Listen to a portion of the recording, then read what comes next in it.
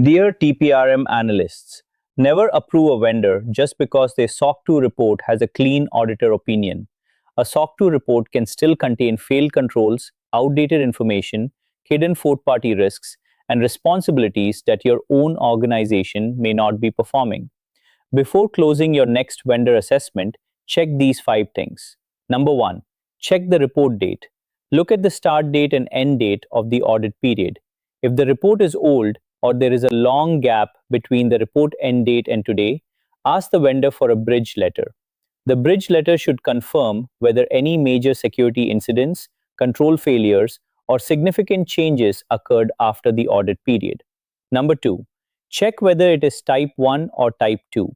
A Type 1 report shows that controls existed on one particular date, while a Type 2 report shows whether those controls actually operated effectively over several months. For critical or high-risk vendors, a Type 2 report usually provides stronger assurance.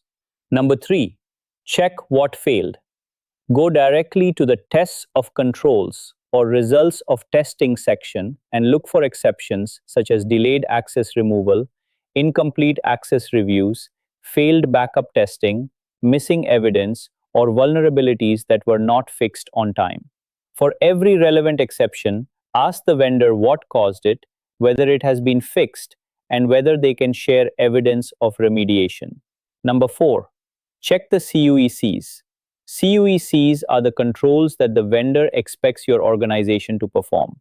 For example, your company may be responsible for managing user access, configuring security settings, reviewing logs, or removing users when they leave. Share these controls with your IT team or business owner and confirm that they are actually being followed. Number 5, check the fourth parties. The vendor may depend on AWS, Azure, data centers, payment processors, or other service providers. Check whether these fourth parties are included in the SOC 2 scope or excluded through the carve-out method, and then ask the vendor how they assess and monitor those providers. So before completing a SOC 2 review, remember to check the date, confirm the report type, review the exceptions, validate the CUECs, and identify fourth-party risks. That is how you turn a SOC 2 report into a real vendor risk assessment instead of simply completing a documentation exercise.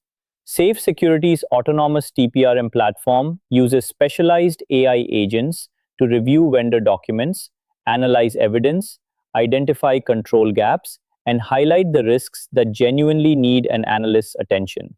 This helps TPRM teams reduce repetitive manual work and make faster, more informed risk decisions.